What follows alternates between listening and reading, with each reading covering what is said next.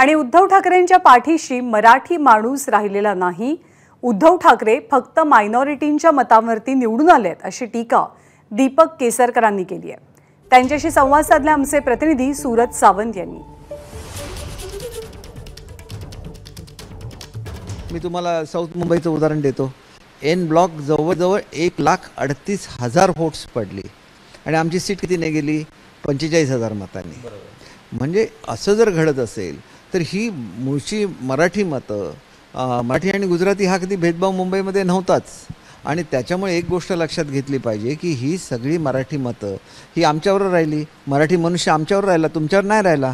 तुम्ही कोणाची मतं घेतली, तुम्ही कोणाची मतं घेतली हे मतपेटीतून दिसेल ना।